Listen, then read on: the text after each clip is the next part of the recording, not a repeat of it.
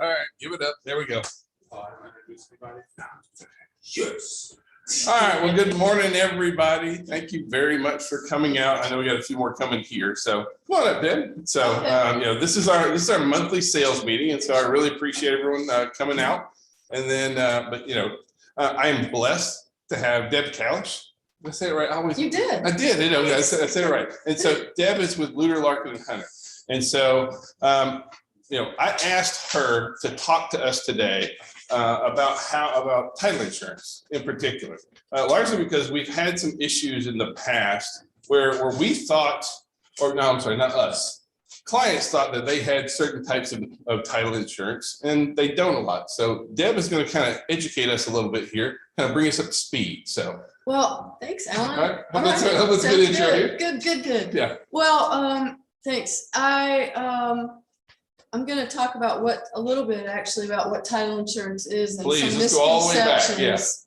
Yeah. Because there are different types of policies, and we do issue the ones with the most coverage if the property qualifies. But mainly, there's a lot of misconceptions about whether people need title insurance just because the lender has it, and what does it actually do? Well, but now let me back you up a little bit. I'm sorry, we're just going to kind of banter a little bit back and forth. Sure. But like you guys always give it the maximum amount you can, right? If we can. If it qualifies for an enhanced policy, we will issue the enhanced policy. We don't even play and issue the low. Right, but see, that's already like a really big deal. That's one of the issues and one of the reasons why we're always like, look, work with a professional real estate attorney. They know what they're doing. And we always end up with issues anytime somebody tries to close with like a family practice or a family friend. Right. Half the time they goof up title. They don't understand. We don't get the right title insurance. Okay. All that kind of stuff. So that's definitely part of it. Okay. So I can address that too. And so I didn't mean to cut you off. I'm just saying that that's a really important factor as well. So thank you. Well, it is. Our firm we have 28 offices. We are a dedicated real estate closing firm. We have a big practice. So we issue title insurance. We're agents for Fidelity, National Title Insurance Companies, Chicago, Old Republic, First American, and Stewart. So we can cover it across the board, and you only get the agencies if you've been doing real estate and you know what you're doing. Yeah.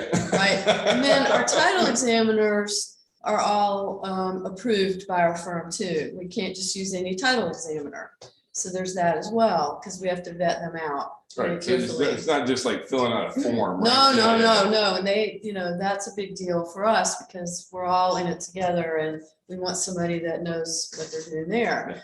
Yeah. And then as far as the coverage, like we were just talking about, if and I don't have the list in front of me, but a lot of residential properties that are in a platted subdivision and less than a certain amount of acreage, it's usually 25 acres, and they can't be vacant land, it can't be new construction, but there are parameters. We can issue what's called an enhanced or Eagle policy or whatever. Different companies have different names, but it gives, and we have this list that I think Adrian emailed everybody. There's a comparison chart between coverage on an enhanced, this one's called homeowner policy versus standard. And you can see on the list that y'all have that the enhanced covers far more types of but what's the difference between lender's title? I'll tell you, big difference. Yeah, so, some folks will say, I don't need it. Yeah, we got it. We're covered, right? All right, so now I'm going to go through my little. Okay, all right. That's another. I hear that all the time, and I have, people that borrow 100%, maybe VA or even, FHA. Oh, I don't have that much money in the property. I don't need it. Well, I'm going to go over this with you because that's not true. So, title insurance protects against covered title defects affecting the property. And when you buy a house, you want to have your property rights. So you want to be able to occupy it and sell it free from debts or obligations that you created. So we don't want somebody else's problem on our title. And title insurance is designed to protect that. And do you need owners? Yes, you need owner's title policy because there can be hidden title defects. The best examiner in the world cannot figure out if a deed in the chain of title was forged, for instance. If it's witnessed and notarized, they get to rely on it. So we don't know, they don't know. That's one big example. Title disputes are not cheap. Title insurance covers, if it's a covered claim, the title company has their own attorneys and they will look into it, defend it and all of that. So that's covered. Or settle, whatever. So some types of problems that the examiner cannot find are improper execution of documents. Sometimes they don't know that. Mistakes in recording or indexing. So sometimes if there's something recorded that isn't indexed properly, they can't find it. But it could be in the courthouse, like let's say a security deed, a mortgage. Or I'll tell you this, I don't know if it's on here, but some counties, well, all counties really in Georgia, none of them are effective through the day of closing. They're never caught up on their indexes. So we can't see if the 2 days before, or some counties are a month behind sometimes, or a week behind. We cannot see, and the examiner cannot see what was recorded between that effective date of the index, and the closing date, which we call the gap. Well, title insurance covers the gap. That's a huge, huge thing. If there's forgery or fraud, we don't know that.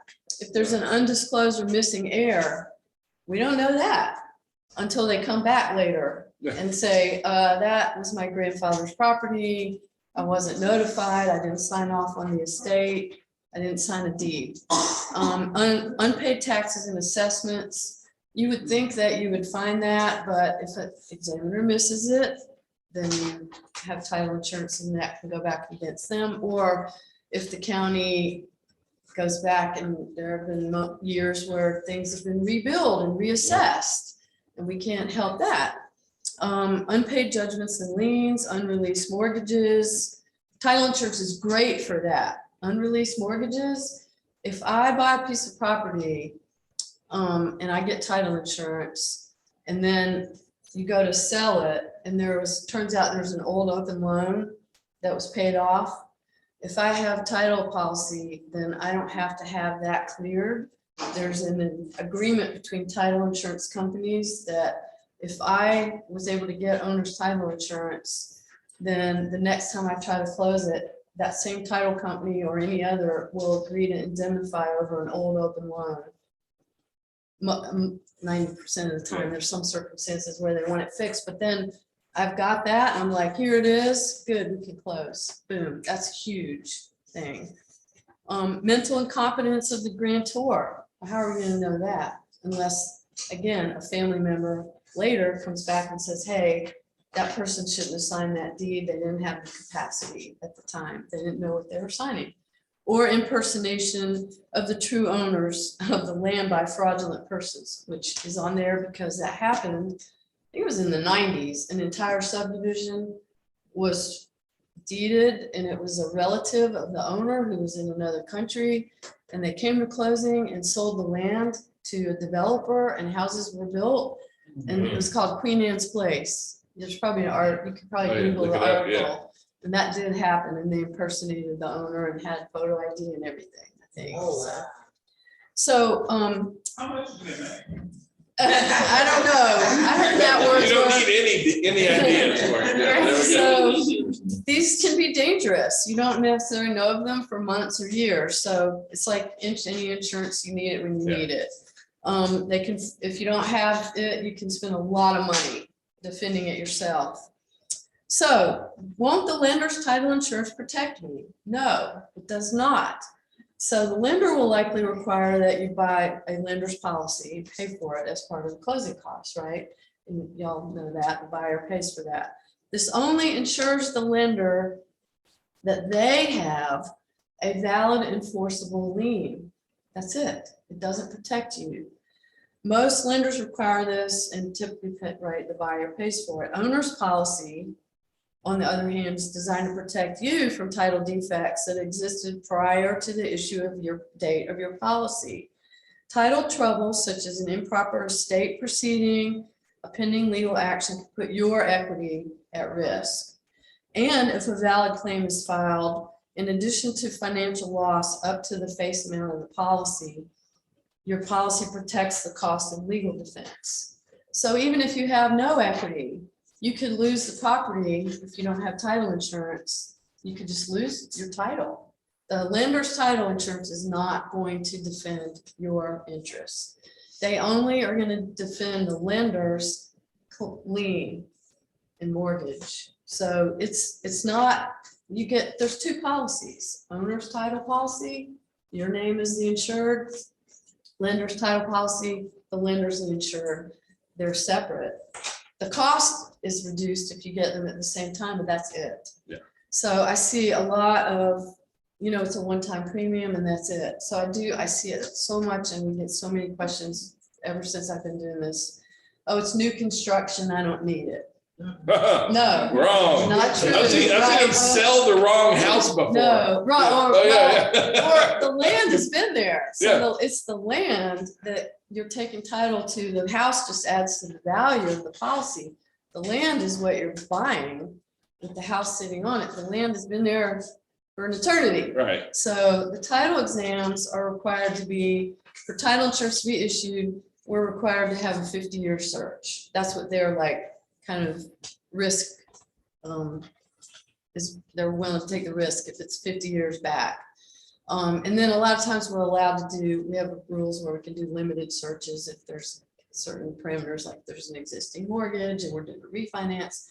We only have to do it a certain amount of years back, but they want it to go back 50 years. And sometimes the examiner, a good examiner, will say, I'm not comfortable with 50. I'm going to go back further and look for another deed.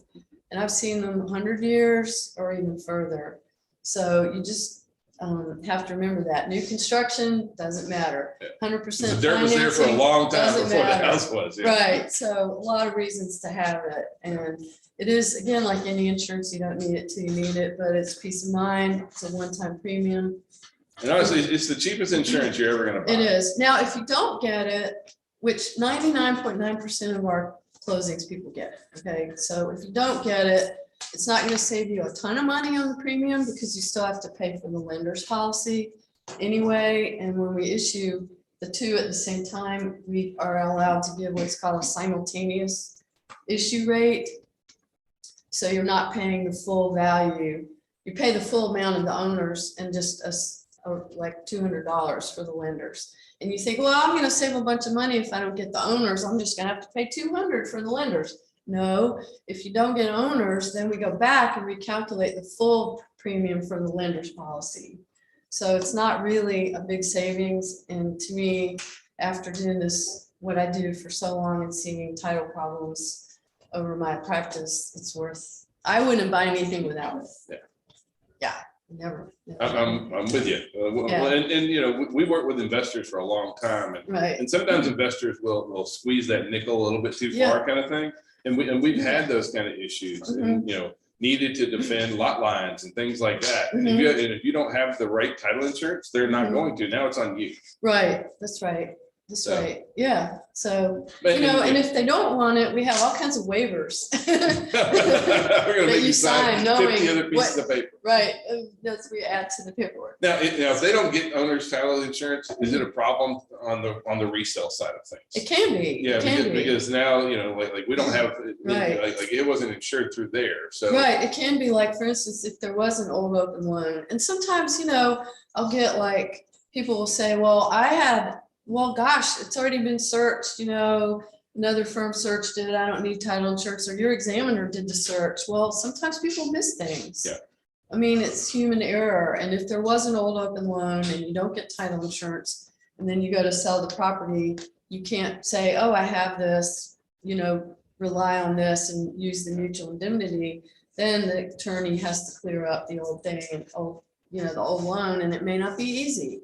A lot of times if it's, some lender that you don't know what the account number was, you don't have this prior owner's social security number, it can be hard to clean old open loans. What about when, we've had some clients that bought at the courthouse steps, and we have had some other clients that have bought property that was flipped, that was purchased through a quit claim deed. How does that work when are we able to get title insurance on that now? Yeah. Like even if they've already bought a property, Yeah. can they come to Good you? question. Yeah, they can come. Quick claims are fine. it just, a quitclaim deed is, you know, I'm not warranting title to you. Right. Right, but if the title's good, it doesn't matter, but you're not gonna be able to go back against A that lot of owner risk. for Yeah, anything. yeah. But if we do a title search and everything looks okay, we can issue title insurance on a quitclaim, that's fine. I have had people come back after they go to the courthouse steps or whatever and get title insurance. Now, we always have to be like, okay, why are they getting it? Do they know of a claim? And we are supposed to have them sign an affidavit that says, I don't know of an issue now, because it's a little weird when they come back later, but they can. And we do the search, we have them sign these affidavits, and then they can buy title insurance if everything looks okay. As long as there's no pre-existing condition, Yeah. you know, we're not allowed to insure over that, or we have to take exception to it. And so that's fine. So, quick question for Newton office, really quick, Deb. I don't know, oh, hang on. Can you hear me? Yeah, I can hear you. Yeah. Okay, so quick question. So if a investor went to courthouse step and bought property through share sale or quitclaim or foreclosure, let's say they didn't have a title insurance and come to you for a title insurance and you find there's an error in the title insurance, say la vie at that point? Too bad? If there's a problem on the exam, then we can't issue it. Okay, so can an investor come to you prior to purchasing these items and say, hey, we basically like to get a title insurance on this property that I'm hoping to win the bid on? Does that work? It does. We have, sometimes people do that. We can search it ahead of time. Of course, they have to take the risk of the out-of-pocket expense. Sometimes if we might refer them directly to our examiner and just let them get, you know, work that out, get the exam and decide if they want to buy it and then come back later. But either way, we can do it, but they have to pay for it and they may not get the property, but they have to pay for the exam, not the insurance, but the exam. Right, right. It's not a bad idea to go and look at it first and look at what, you know, look at the exam. Because a foreclosure, you know, wipes out things from the security deed date and then forward, but not anything before. So it's not necessarily clear title. And then also you mentioned a sheriff's deed. A tax sale is not clear title. It is not the same as a foreclosure. A tax sale deed, there's only two ways to get clear title when you buy something at a tax sale. Is either one, a quiet title action, or two, in some cases, the title company, depending on how long it's been, can let us just foreclose on the taxpayer's right to redeem. And we have to get permission to then insure over it, but it's not their most favorite way of insuring. But usually they want a quiet title because it's not the same as a foreclosure. Now, what is a quiet title? Because I've heard that term. And Oh, quiet it take a long title? time. Is it expensive? I just hear Yes, quiet yes. title. And Yes. it doesn't sound that It quiet. can take, we have an attorney in our firm that handles those, so it does exactly what it says. It quiets the title.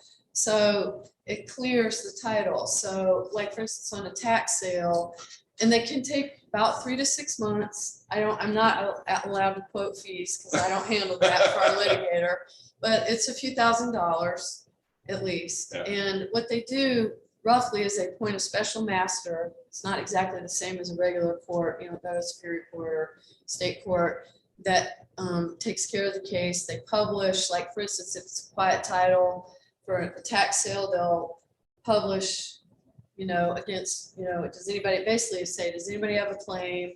And they sue, they well, not sue, but they do a case against the prior owner if they have a lender, and they clear it for us, and end up, you get an order from the court saying that the person that bought the property at the sale owns it. So we're looking for that order saying, okay, they own it clear of the whole world's interest. And so you gotta have that to get really good title at a tax sale. Okay, and quick question, how long would a quiet title take on the average? I'm not gonna quote you on it. Yeah, because about, different municipality operate differently. it's about 3 to 6 months. Okay, good to know.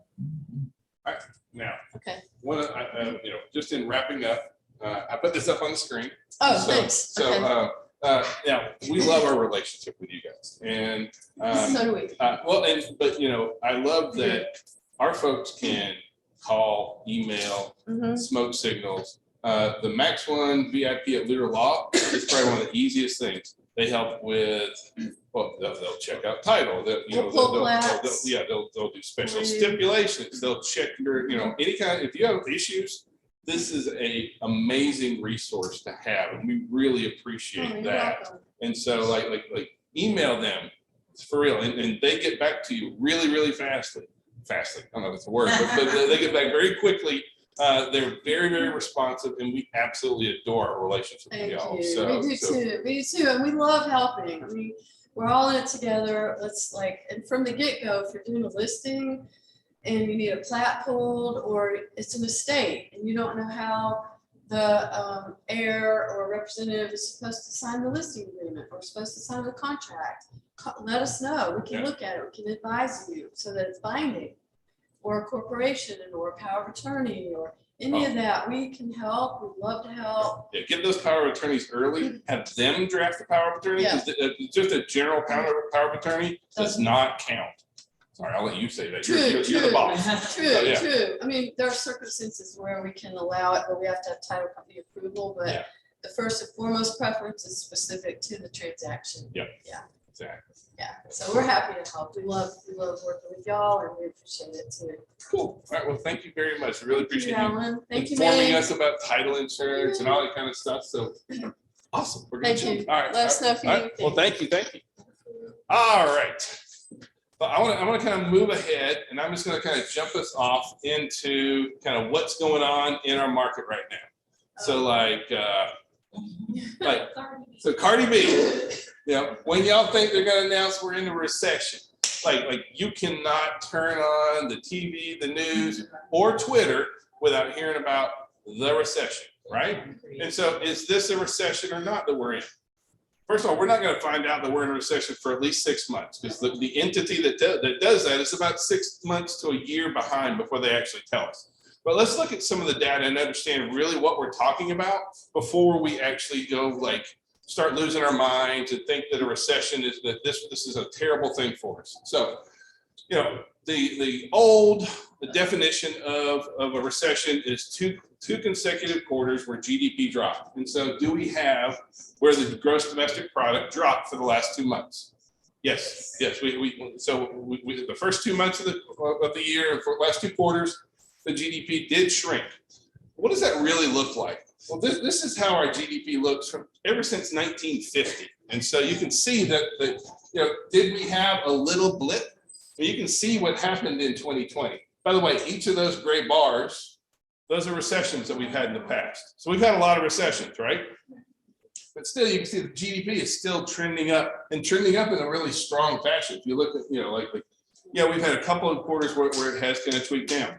And so traditionally, that's the big definition of a recession. However, there's other things that we got to look at, because if it is a recession, is unlike any recession that we've had before.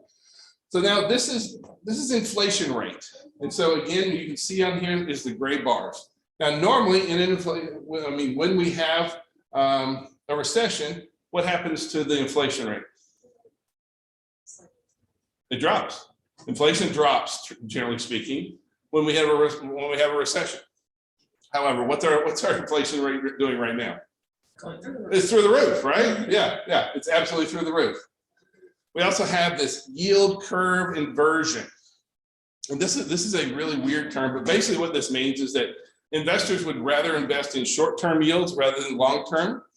And every time that this ratio changes, the 2-year versus the 10-year treasury, every single time that has happened, we've had a recession. And so we do have that going on right now, where our yield curve inversion has moved over.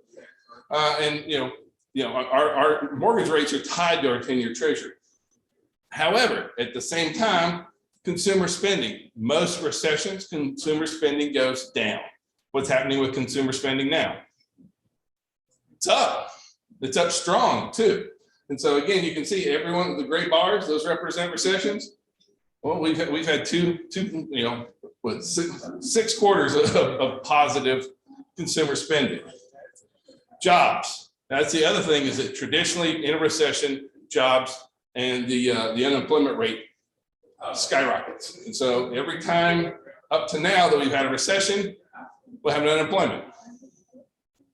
But where's unemployment now? We just added 500,000 jobs last month. And so again, this is not like any sort of recession that we had in the past. So even if this is a quote unquote recession, you know, like we have to understand that doesn't mean the end of the world. That doesn't mean terrible things are happening. And so we have to understand that this is we're in a different time right now. Here's the jobs across the US.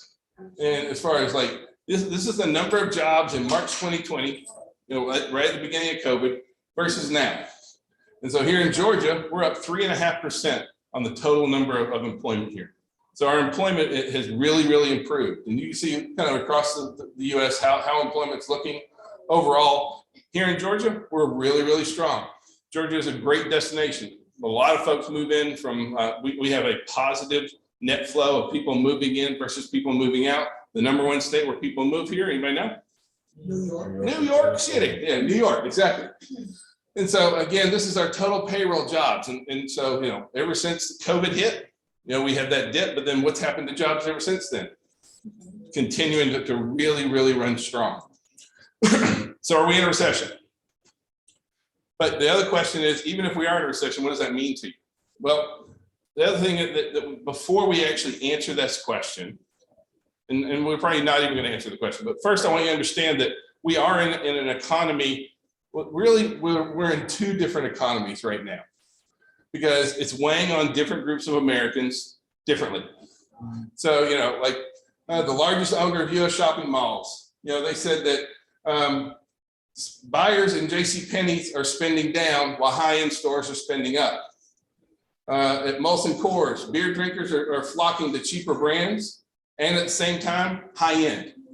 So we have folks, we have one group that's spending less and being much more value-driven. We have another group that's going premium.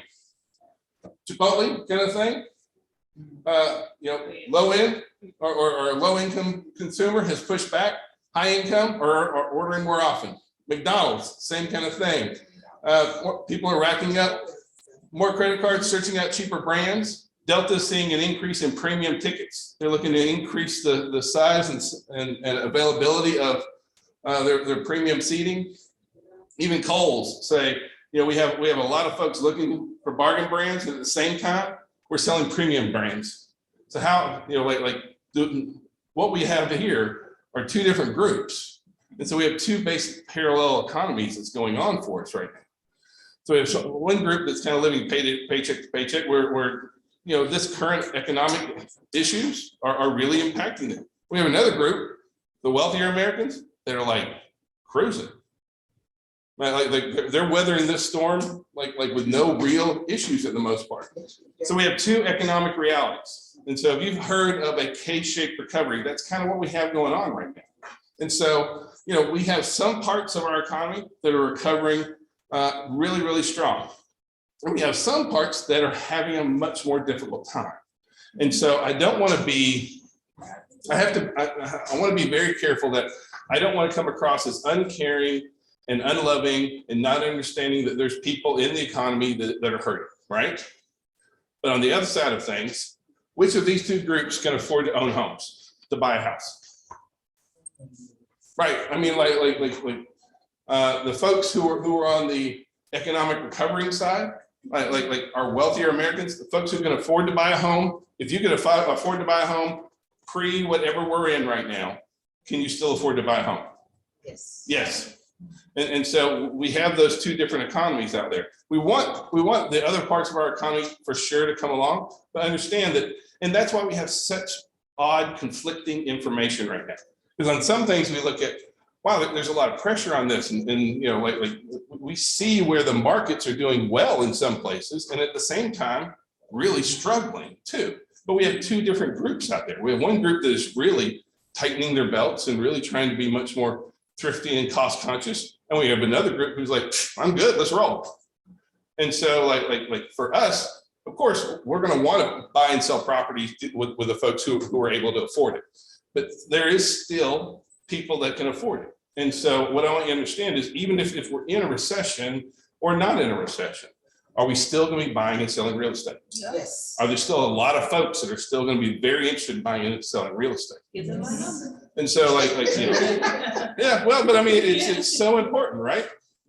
Ming and I, we've been in business for a long time. We were here in 2008. Of course, we were here, in the 2020 kind of little dip that we had, 2000, all the way back in the into the much older times. So we've been through several recessions. And when a recession hits in the real estate world, there's a lot of people that talk them out of business. They decide that things are changing for them. They decide that this is going to impact your business. And you have to decide what you're going to do about it. And so I want you to look at what are the numbers on our local real estate. So this is out of Georgia MLS. So this is current data I pulled this morning. So first thing is, what about our number of pending listings? This year's in the red, last year's in the blue.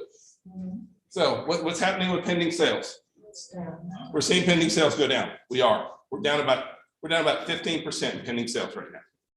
And so is that good for us? No, it's not good. No, it isn't. Now, and the number of closed listings, we are down, but we're not down. I mean, last month was down a little bit more, but we're not down terribly. And I'll show you some more graphs on that. But what about our total volume? What about the volume of our closed sales? Yeah, right. So we're selling less homes, but they're worth more. And so we're ending up with, really, for the average realtor, a very net wash. So we're selling 10-12% less, and they're selling for 10 to 12% more than they were. So both, vast majority of realtors get paid based on their commission. So for most agents, it's a very flat net wash on that. And so how about number of new listings that we have coming on? Do we have inventory increasing? No, not new listings. We have listings that are starting to sit there though, but our new listings are moving. Our new listings, so like if you look at this year versus last year, we've been up and down from this year versus last year on the number of listings that we have coming. But how about the total number of active listings, right? Our total listings are up. So like we have more listings than we had last year, and we needed more listings.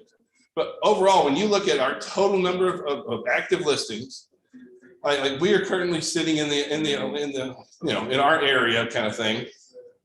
We're at basically a third of the total number of listings that we had pre-COVID. Just the total number of houses for sale on the market is about a third where it was from just 2.5 years ago. So even if we are increasing inventory slightly, how many years is it going to take us to get back to where we were just a couple of years ago? Like we need a lot more inventory. And one other thing that I want to really kind of speak about the inventory thing, because some folks are like, oh, inventory is increasing.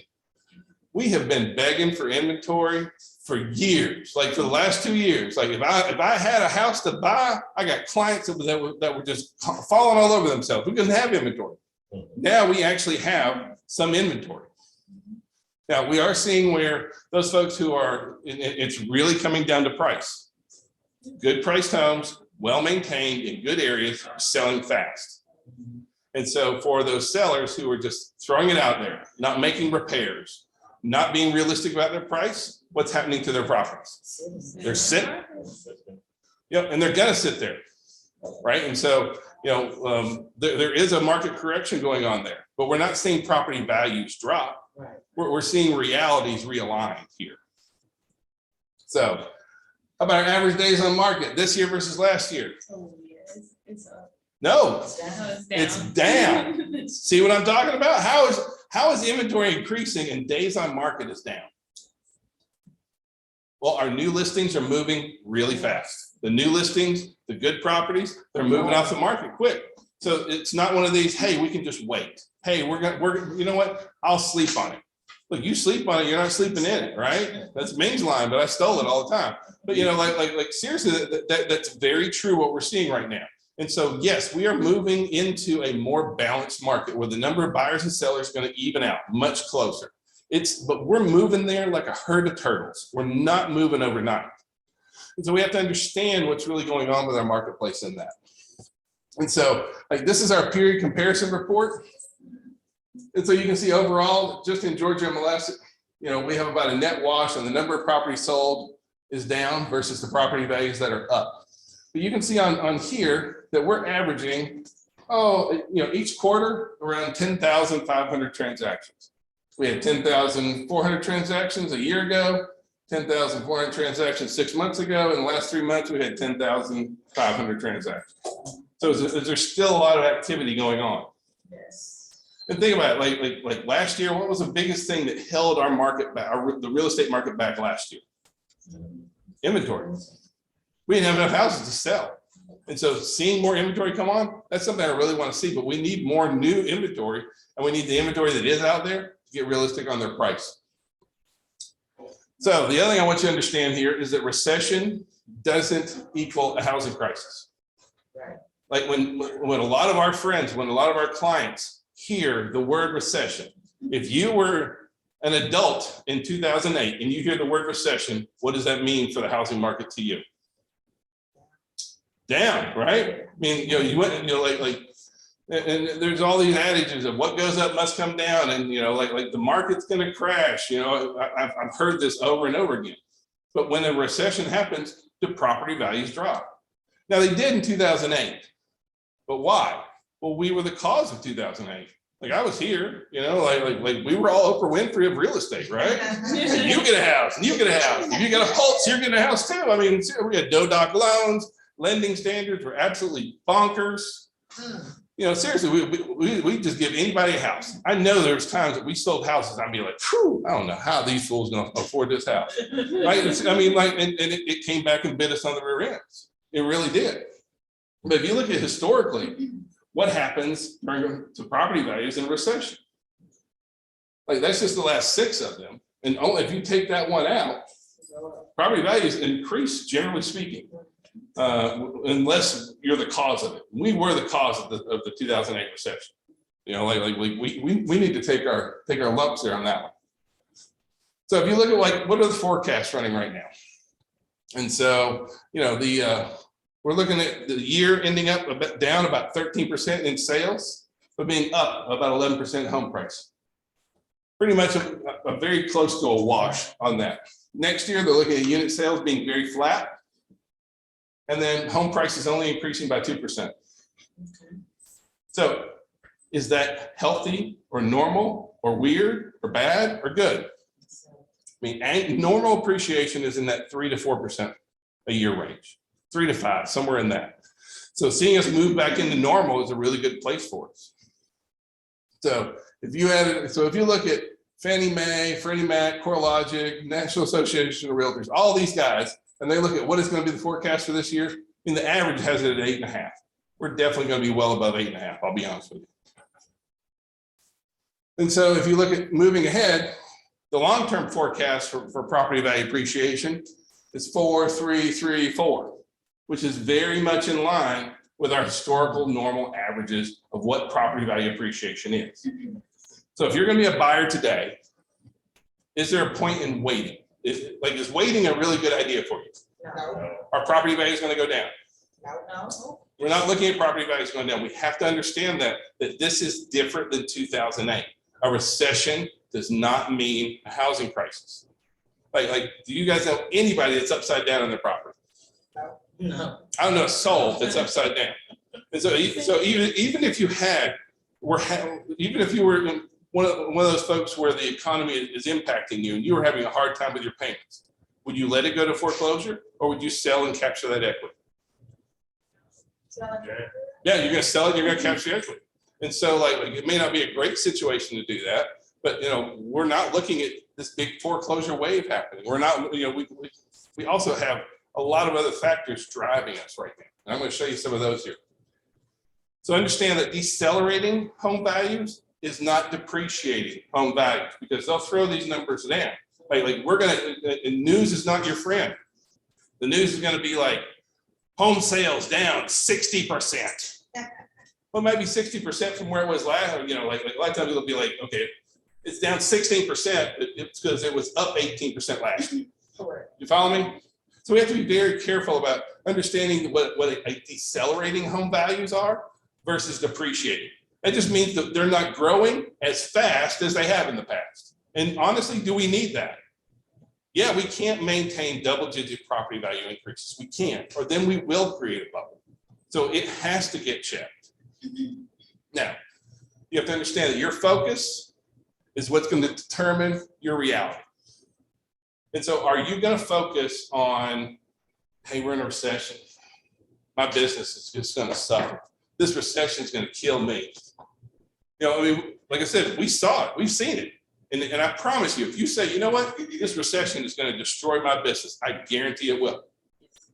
At the same time, I see people that have absolutely flourished in every market out there. For us, we had some of our best years in 2008, 2009, 2010. And so you can choose that, you know what, this is going to be a recession and this is going to hurt me. Or you can say, you know what, I really like Walt Disney's approach, right?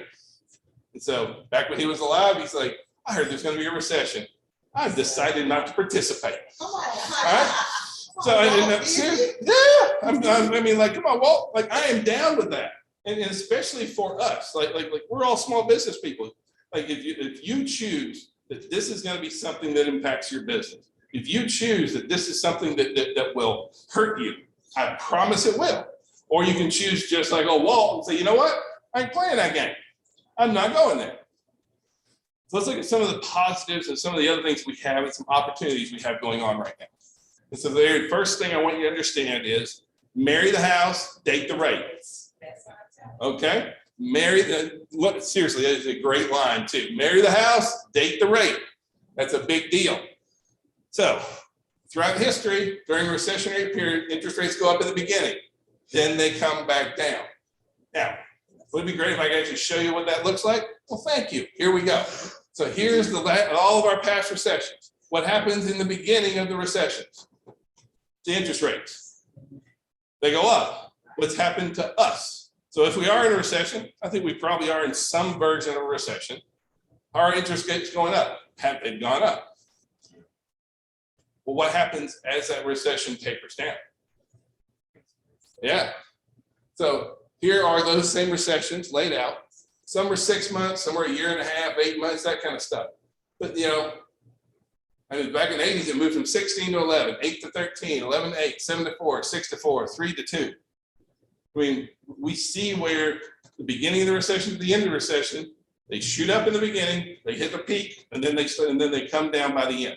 I don't know when we'll be out of the recession or if this thing's going to be classified as recession. I do know that interest rates are shooting up. And I do know that the Fed is trying to get inflation under control. And they try and move the federal funds rate. But first of all, understand that the federal funds rate does not affect mortgages. Like last week, the Fed raised the federal funds rate by 3/4 of a point. Everybody saw that on the news? What happened to interest rates this week? It went down 4.99 this week. And that's because our mortgage rates are tied to the 10-year treasury. And what happens is when there's a lot of volatility in our market, people move their money into treasuries. When there's more people in treasuries, those rates go up, and so interest rates move up. When there's less volatility, interest rates go down. So we had a really good labor report last week.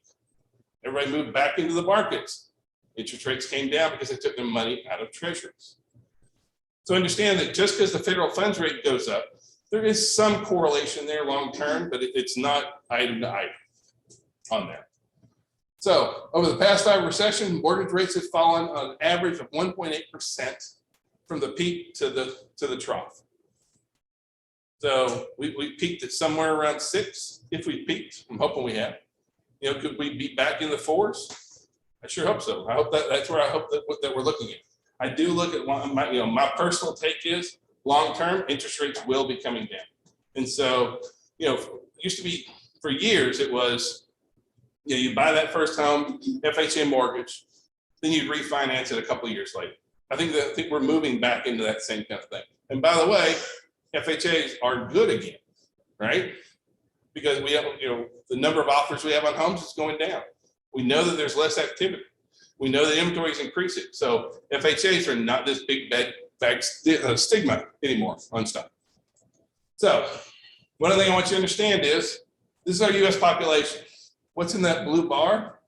Those folks are all going to be reaching their peak home buying. So each one of those bars represents 4 different years. And so the largest population group we have over the next 4 years is all going to be reaching first-time home buyer age.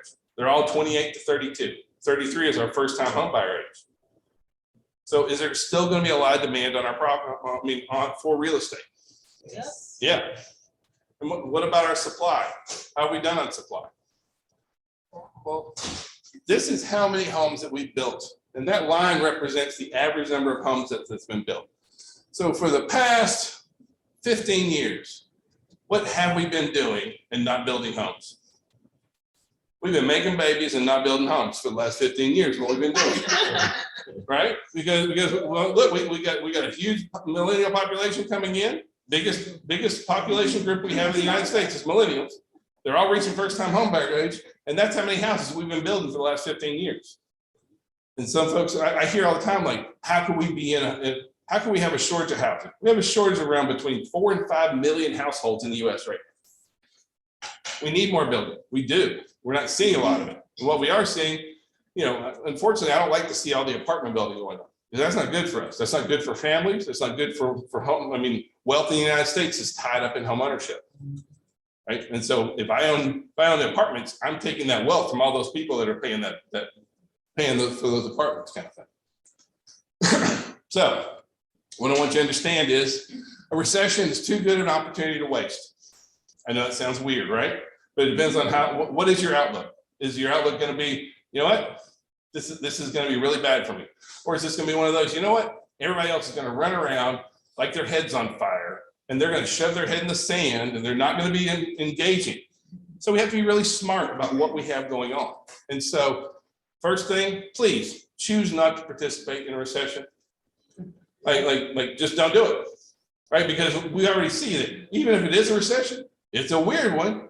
Jobs are up, consumer spending up. This is not like doom and gloom.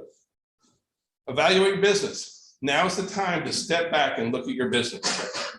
Now is not the time to be like, hey, this is not going to be good. We have to look at our business and we need to go back to the basics. Be seriously, just really, really good. First thing is, where are you getting? What is the sources of business for your business? Like where does your sources of business coming from? Let's be very intentional about that. Right now we should be upping our engagement, using our KV core, reaching out, talking to folks, because a lot of folks are getting their real estate information from the news, and the news is never our friend because they don't want to talk about good news, and that's just the nature of news. I'm not trying to get in the whole fake news thing. All I'm saying is that the news will not be your friend if you're in real estate. And so how do you counter that? Being able to talk to your clients. I can't tell you how many times I'll just be talking to my friends and the very first word out of their mouth is, how's the market? Market's actually really good. Yeah, it's real. But like a lot of times we don't take the time to engage with our clients. And if you just let that nightly news take over, that's gonna change their perceptions. We want them to know what's really going on in our market. Now, I do believe in being wise, so watch your expenses, but do not stop marketing. Okay, now's the time to overmarket, because what you really kind of want to see happen is the folks who say, this is going to be terrible. My business is going bad. Okay, let them go. That's going to be their call, right? But that's going to create opportunity for you. Don't stop marketing. Matter of fact, up your marketing, up your engagement. That's where we really need to be doing. And then lastly, you want to be able to invest in yourself. Like you need to invest in your knowledge, your expertise, your professionalism, how you do your job. So this is very timely because we have, starting on the 23rd, 24th, 25th, we're doing the Ferry Summit live in all of our offices. And we do this every single year. And it's a lot of fun. You get 6 hours of CE credit that day. We all come out and we try and make it just like you actually went to the conference in Dallas, right? We have all the books printed out. We're all lined up at the tables. And when they get up in front of them, they'll go like, woo, jump up. And we do the same exact thing. Try and create some excitement. And we want it to be just like if you were there live. And then everything is live streamed directly through there, just from the main stage like you were there. And so there's a ton of really good information. They're going to be going over how to book 100 appointments over the next 12 months, agent to investor, business lessons, negative net worth to millionaire, listing launch, lead generation, recession proofing your business. What's the key forces driving our business, building your brand, future of luxury. All these are the topics that's going to be covered over those 3 days. So you can get 18 hours of CE credit during there, and you can invest in yourself and your business. So I think that this is like the average CEO reads 60 books a year. Who's the CEO of your company? You are, right? You are your own small business company, your own small business person. And so you have got to be putting new information in. You got to be staying up on what's happening in the market. You have to be ready and engaged. This is not the time to shove your head in the sand and be like, oh, there's a recession maybe or coming, or I don't know. And no, you need to turn this up. So please, I encourage you to take advantage of this, of Tom Ferry, read books, engage, learn, take CE classes. We have a ton of CE classes. All of our CE classes are listed at mx1training.com. Please, you need to be investing in yourself. It's so important right now. It's more important right now than probably ever. Okay, because there's going to be Americans, generally speaking, right now, super negative. Right? I don't care what it is, doesn't matter. Economy, everybody has kind of like this whole negative mood going on. Don't embrace it. Choose not to participate in that, but do choose to participate in this. Please, I'm begging you. So, What time will it start on the 23rd? they all start at 9:30, and you can find that on MX1 Training as well. Okay. And then there's flyers in each of the offices. Has a QR code. You can sign up for it right there. We're going to have lunch and we're going to have breakfast for you every single day. The vendors will be coming out for that. So it's going to be a really good thing kind of across the board. So at this point, I'm going to switch over and I'm going to let Martin talk to us really quickly. So Martin, I'm going to switch you up. Sure. All right, great. Good morning, everyone. Just want to say for the month of July, we had 66 closings at 21 million in sales volume. So congratulations to all the agents who had closings last month. Great job. This month we have 13 closings so far at 3.5 sales volume. And I just wanted to leave with just a few quick tips for Paperless Pipeline. If you do have any overdue tasks, you can just check off the task if you've uploaded. Usually it'll take us about 24 hours before we're able to view the file, but sometimes it can take a little longer. So if you've uploaded that document, you can just check that off so that you don't get the daily notifications if the task is overdue. Just some things that I'm seeing, just two documents, I want to highlight really quickly. The purchase and sale document, I'm noticing that a lot of agents are actually uploading it and not putting in the material relationship. If there isn't any material relationships, just put NA or none. And then also on the lead-based paint exhibit, where the buyer initials, section C, D, and E, there's always one section missed. So it would be great if you guys could just take a few moments to make sure that that's completed. C, D, and E for the buyers. And then also for all documents, most of the documents and forms that we use require a buyer or seller to print their name and sign their name. And a lot of the documents that are coming in are missing the print names. So if you guys could just take just a few minutes before you upload the document to just review it as thoroughly as possible before uploading it and making sure that the buyer and seller has printed and signed the document. And then we're still, of course, working on some older files. So we appreciate everyone's response and cooperation in helping us uploading older files for older documents for files so we can close them out. Again, I'm available via email, phone if you have any questions or need any support. And thank you guys so much. Thank you. Thank you, Martin. I appreciate you. Martin has come aboard with us for a little bit now, and he has been doing really well. And I'm sure some of you are like, who's this guy? Anyway, he's taking over a lot of my responsibility when it comes to compliance. So, if you don't understand what he's asking for, just reach out to him. We try to be as responsive in timely manner. And I know Martin, I've seen him calling the agents just to make sure. Yeah. So, you know, and if you're wondering why we're going after some of the old transactions, because some of those were just left there hanging. And we really need to close it out, and we're trying to do some cleanup. So Yeah. we do appreciate all of y'all taking the time and doing that, because I know we all get in a hurry. Once the transaction is closed, I'm like, I'm done. You know, I get it. Been there, done that multiple times. So without further ado, we do have a safety class that's coming up this Thursday.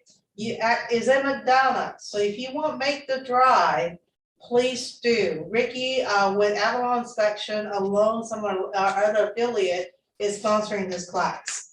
It is a free class to y'all. It is very limited. I'll tell you about gun safety, how to handle guns, how to handle yourself in a certain situation. The instructor is well qualified and has been in the training of the sheriff's counties and different things like that. So if you are interested, please, on your way out, every office has got a label on it with a QR code. You can more than welcome sign up that way, or go to MX1 training. And we have that in our, I think, Adrian, if I'm wrong, please correct me through chat.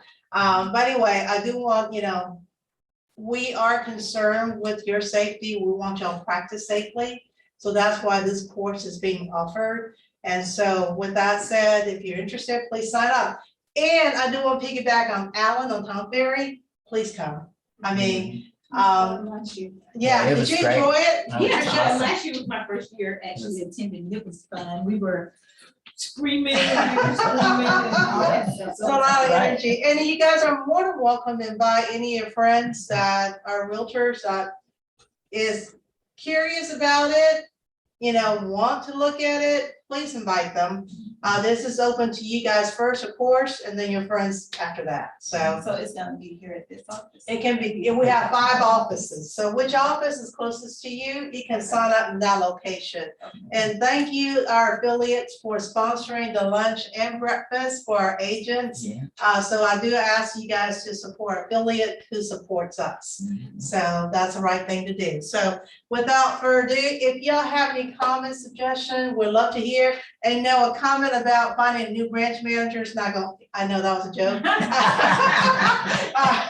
Somebody put out there a comment suggestion, that is not going anywhere. So we have great folks in our offices.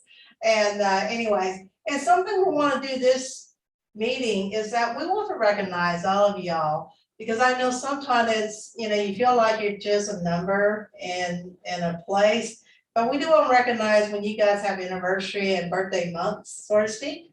And so we did buy in each one of office.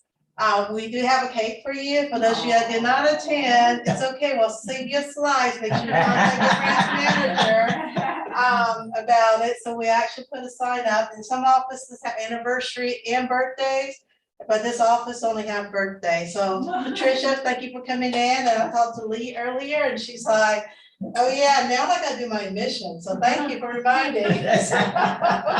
But we want you guys to know that we love to build a culture with you guys inside the office. Do reach out to your local branch manager if you have any questions. And for those of you that are fairly new with us, welcome, and we enjoy having you. And once again, we're just really a phone call, email away.